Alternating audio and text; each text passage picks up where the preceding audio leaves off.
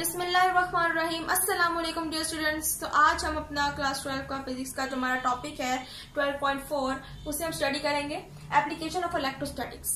पिछले लेक्चर में हमने फर्स्ट पॉइंट को स्टडी किया था विच इज एक्सिलोग्राफी, ठीक है ना, जो कि फोटोकॉपी मशीन है। आज हम पढ़ेंगे इंकजेट प्रिंटर के बारे में, ठीक है। इंकजेट प्रिंटर होता क्या है? ये भी एक तरह का प्रिंटर है जिसके जरिए से हम इमेज को कॉपी करते हैं, ठीक है, मुख्तलिफ डॉक्यूमेंट की इमेजेस को कॉपी करते हैं, लेकिन ये कलरफुल होती है, ठीक है। अब इंकजेट प्रिंटर कैसे काम करता है? जब भी हम कंप्यूटर को इन्फॉर्मेशन देते हैं कि अब हमने कोई भी प्रिंट निकलवाना है, तो सबसे पहले इंकजेट प्रिंटर क्या करता है? इंक सप्लाई करता है। सबसे पहले इंक सप्लाई का प्रोसेस होता है, मीन्स के एक थिन स्ट्रीम ऑफ इंक जो है वो मूव करती है ऊपर, मीन्स के पंप करती है इंक को, ठीक है, और फिर ये पास होती है थ्रू अ नोजल। एक नोजल शेप जो है, एक नोजल ऑफ प्रिंट हेड जिसे हम नाम देते हैं नोजल ऑफ प्रिंट हेड। एक स्मॉल नोजल होता है जिसके जरिए से हम इन जो थिन स्ट्रीम जा रही होती है इंक की, उसे हम इससे पास करते हैं। जब ये इंक पंप होती है और नोजल की तरफ मूव करती है, फिर नोजल में इसकी शेप जो है वो चेंज हो जाती है और ये इनकी फॉर्म बन जाती है एज अ ड्रॉपलेट। फिर ये जब बाहर निकलते हैं, इनकी जो थिन स्ट्रीम निकलती है वो in the form of droplet निकलती है, यानी कि अब ये इंक ड्रॉपलेट्स बन जाते हैं। अब जब ये आगे मूव करते हैं तो इनको गुजरना होता है टू इलेक्ट्रिकल इलेक्ट्रोड से, ठीक है ना। अब ये जो दो इलेक्ट्रिकल इलेक्ट्रोड्स होते हैं, इनमें से सबसे पहला जो होता है वो होता है चार्जिंग इलेक्ट्रोड। अब चार्जिंग इलेक्ट्रोड से ये सबसे पहले गुजरते हैं, ठीक है। फिर ये गुजरते हैं डिफ्लेक्शन प्लेट से। डिफ्लेक्शन प्लेट्स हमारे पास होती है जी प्लेट्स ऑफ कैपेसिटर, जो किसी भी चार्ज जो पार्टिकल की डायरेक्शन को डाइवर्ट कर देती, चेंज कर देती, ठीक है।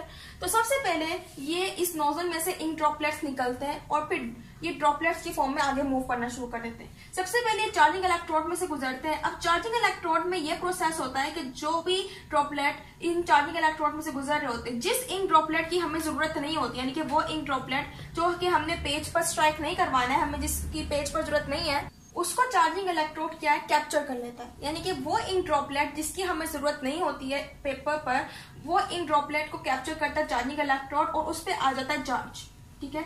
अब वो चार्ज ड्रॉपलेट बन जाता है और वो इंक ड्रॉपलेट जिसकी हमें जरूरत होती है, जिसे हमें पेपर पर स्ट्राइक करवाना होता है, उस पर कोई भी चार्ज नहीं आता, मीन्स के वो अनचार्ज इजीली जो है उसमें से गुजर जाते हैं। जब चार्जिंग इलेक्ट्रोड में सारा प्रोसेस हो जाता है, यानी कि जिन इंक ड्रॉपलेट की हमें जरूरत होती है वो अनचार्ज गुजर जाते हैं, मीन्स के ऊपर कोई चार्ज नहीं आता, और जिनकी जरूरत नहीं होती है, जिन ड्रॉपलेट की जरूरत नहीं होती है, उन पर चार्जिंग इलेक्ट्रोड कर देता है, चार्ज क्रिएट कर देता है, चार्ज प्रोड्यूस कर देता है। जब ये सारा प्रोसेस होते हैं, सारे इंक ड्रॉपलेट जो है ये चार्ज हो जाते हैं, या फिर जो जिनकी जरूरत होती है अनचार्ज हो जाते हैं, अब वो गुजरते हैं डिफ्लेक्शन प्लेट्स में से।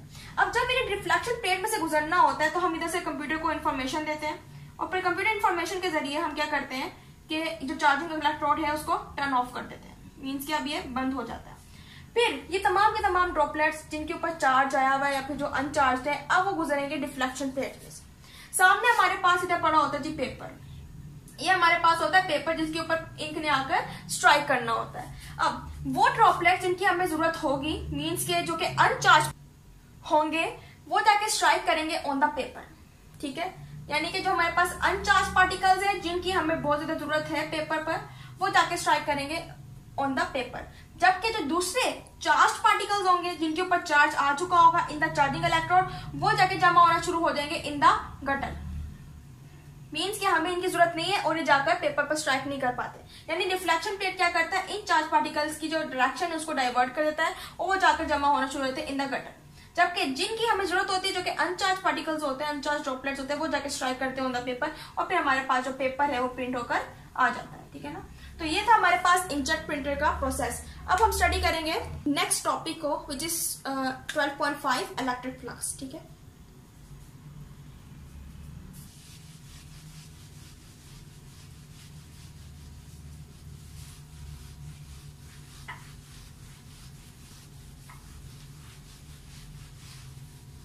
अब हमारा टॉपिक है 12.5 विच इज इलेक्ट्रिक फ्लक्स। अब इलेक्ट्रिक फ्लक्स भी हमारे पास बड़ी इंटरेस्टिंग सी चीज है। इसके अंदर हम बोलते हैं कि हम कोई भी एलिमेंट ऑफ एरिया लेते हैं, मीन्स क्या कोई भी एरिया है, ठीक है ना, एरिया, उसका हम जब एलिमेंट लेते हैं, एक स्पेसिफिक एलिमेंट, ठीक है ना, उसके अंदर से जब electric field of lines pass होती हैं, ठीक है ना, फील्ड ऑफ फोर्स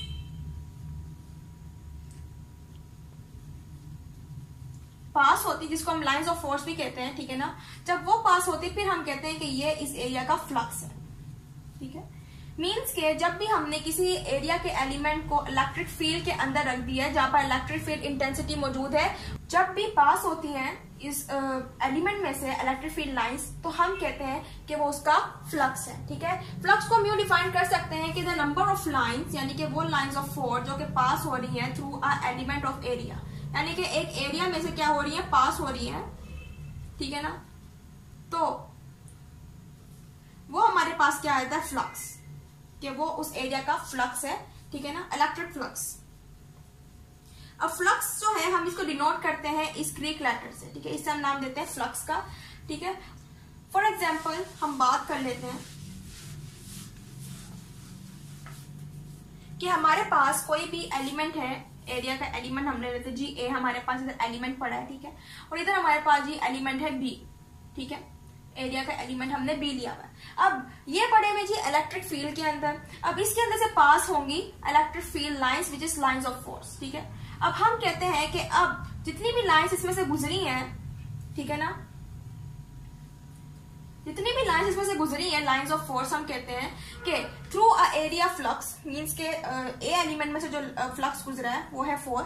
ठीक है, जबकि बी में जो गुजरी है जो फ्लक्स है वो है 2, यानी कि हम कह सकते हैं फ्लक्स इन एलिमेंट बी वो है 2, जबकि फ्लक्स इन ए इज 4, यानी कि ए एलिमेंट में से 4 इलेक्ट्रिक फील्ड लाइंस गुजरी है तो हम कह रहे हैं कि ए का फ्लक्स 4 है, और बी में से 2 इलेक्ट्रिक फील्ड लाइंस गुजरी है तो हम उसे कह रहे हैं कि बी का फ्लक्स क्या है, 2 है। ठीक है, इस तरह अगर हम इसको मजीद अगर स्टडी करते हैं फ्लक्स को, तो हम इसको मुख्तलिफ तरह से ड्रॉ करके देखते हैं। ठीक है, एरिया में से तो ये हमारे पास पड़ा है जी ए एलिमेंट। ठीक है, अब हमने इसको रखा है जी perpendicular to the electric field lines, यानी कि जो भी लाइंस गुजर रही है इसके अंदर से, जो गुजरेंगी लाइंस, उसको हमने रखा है परपेंडिकुलर। ये हमारे पास होता है परपेंडिकुलर, मींस कि अगर कोई चीज यहाँ पड़ी हम उसके ऊपर कोई चीज ड्रॉ कर लेते हैं वो हमारे पास हो जाता है परपेंडिकुलर। तो इधर भी हमने इलेक्ट्रिक फील्ड लाइन जिस डायरेक्शन में लाइंस ऑफ फोर्स एक्ट कर रही है, ठीक है ना, इलेक्ट्रिक फील्ड की डायरेक्शन में, ये हमारे पास इंटेंसिटी का साइन है, यानी कि पॉइंट हमारे पास जहां पर इंटेंसिटी जो है एक्ट कर रही है।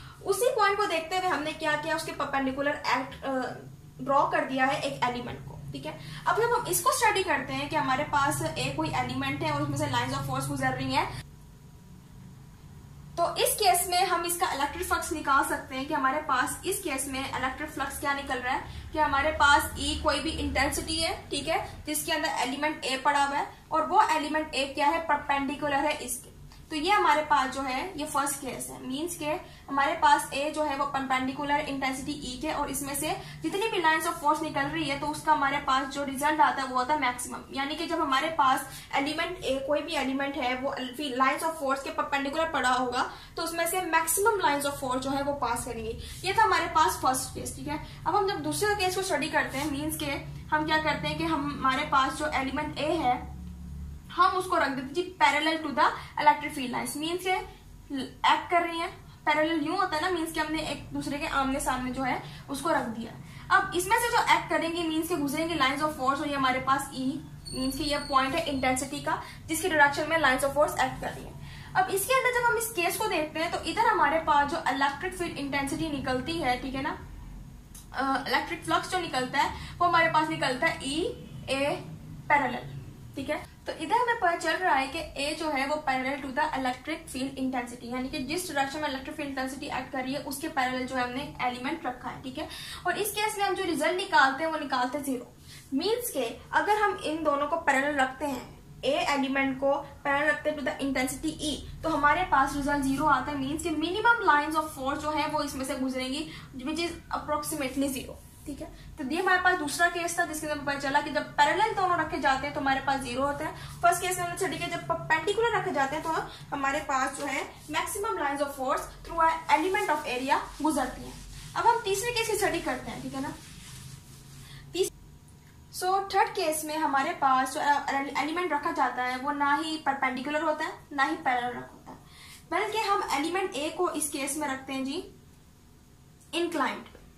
ठीक है ना, इंक्लाइन मीन टेढ़ा रखते हैं, ठीक है ना, इस डायरेक्शन में, जिसकी वजह से जो एक्ट कर रही होती है इलेक्ट्रिक फील्ड लाइंस, ठीक है ना, वो इसमें से पास होती है तो हमारे पास बनता है एक एंगल। ठीक है, अब इस केस में हमें जरूरत होती है एक प्रोजेक्शन की, जिसके जरिए से हम क्या करें, पता लगा सके कि कितनी amount of lines of force जो है वो इसमें से गुजर रही है। तो जब इलेक्ट्रिक इंटेंसिटी जो है वो एक्ट करती है, ठीक है, तो हमारे पास बनता है, इधर हमारे पास जो फोर्स है वो एक्ट कर रही है, इधर ए जो है वो एक्ट कर रही है इधर ऊपर की तरफ, क्योंकि इंक्लाइंड है, ऊपर की तरफ एक्ट कर रही है। अब हमारे पास जब ई एक्ट करती है तो हमारे पास प्रोजेक्शन बनता है थीटा, ठीक है, और इधर भी हमारे पास प्रोजेक्शन बनता है थीटा। इसी बात चलता है कि ए जो है वो एक्ट कर रही है एज ए कोस थीटा। तो इससे हमें पता चलता है कि ए जो एक एलिमेंट है उसकी डायरेक्शन जो है वो ए कोस थीटा, मींस कि इसमें से इलेक्ट्रिक फील्ड डेंसिटी ए कोस थीटा के जरिए गुजरी, ठीक है। तो हमारे पास इस केस में इलेक्ट्रिक फ्लक्स जो निकलता है वो है ई ए कोस थीटा। अब इधर हमारे पास ए को हम ज्यादातर लेते हैं एज अ वेक्टर, ठीक है ना, कि वो किसी भी एलिमेंट जो है कोई भी एरिया है उसका वेक्टर है, ठीक है, और ई भी हमारे पास इंटेंसिटी है which is also a vector, ठीक है। तो इस केस के अंदर हम क्या कर सकते हैं, इसको जो इलेक्ट्रिक फ्लक्स को फर्दर डिस्क्राइब कर सकते हैं इस तरह से, ई डॉट ए, यानी इसे एज अ वेक्टर जो है हम शो कर सकते हैं। इधर ज्यादातर ई जो है हमारे पास हम उसे as a scalar quantity use कर रहे थे, ठीक है ना, इसलिए हमारे पास जो है ये इसको हम स्केलर प्रोडक्ट कह रहे हैं, ठीक है ना। और ऐसे यूनिट में हम इसको स्टडी करते हैं एज न्यूटन मीटर स्क्वायर पर कॉलम, ठीक है। तो ये था आज का हमारा टॉपिक। उम्मीद है आपको समझ आया होगा। तो इंशाल्लाह अगले लेक्चर में हम मजीद टॉपिक को स्टडी करेंगे। तब तक के लिए अल्लाह हाफिज।